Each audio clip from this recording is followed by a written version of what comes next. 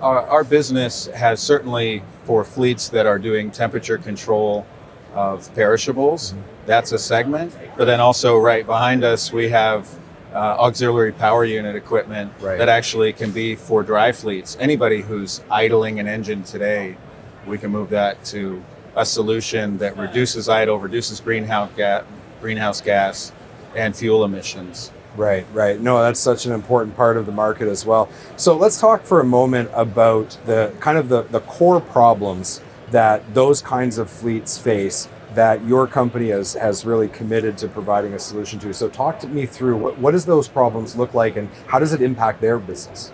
So the most common problem as people look to transition from traditional technology to tomorrow's zero emission technology is typically the fuel or power source for transporting all of this and keeping temperature control is on board in the form of an engine. And so no matter how inefficient you are running your operation or how far you need to go, a gas station is just around the corner, right? So as fleets look to move to zero emission technology, they now have diminishing power source on board in the form of a battery.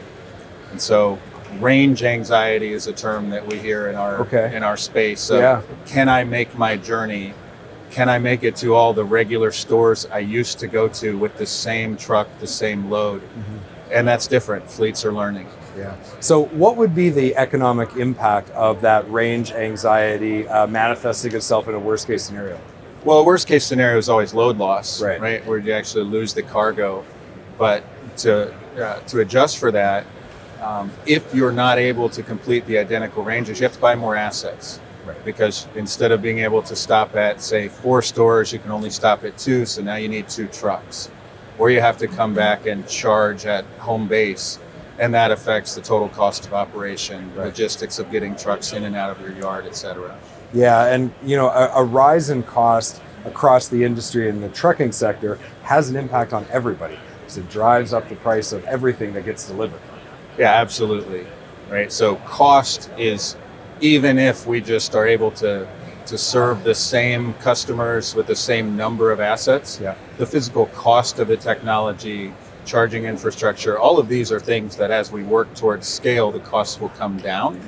But in getting started, these are typically more expensive technologies. Right, right. So let's talk a little bit about the way that your company has approached a solution to these problems to try to alleviate that pain and help. You mentioned that word, right? Those words, total cost of operation. So how are you helping drive that down as these fleets transition to this new technology?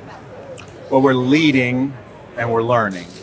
So we're leading in that the segments that are already being regulated or soon to be regulated, we have leading products available now for customers to use and to buy again at scale.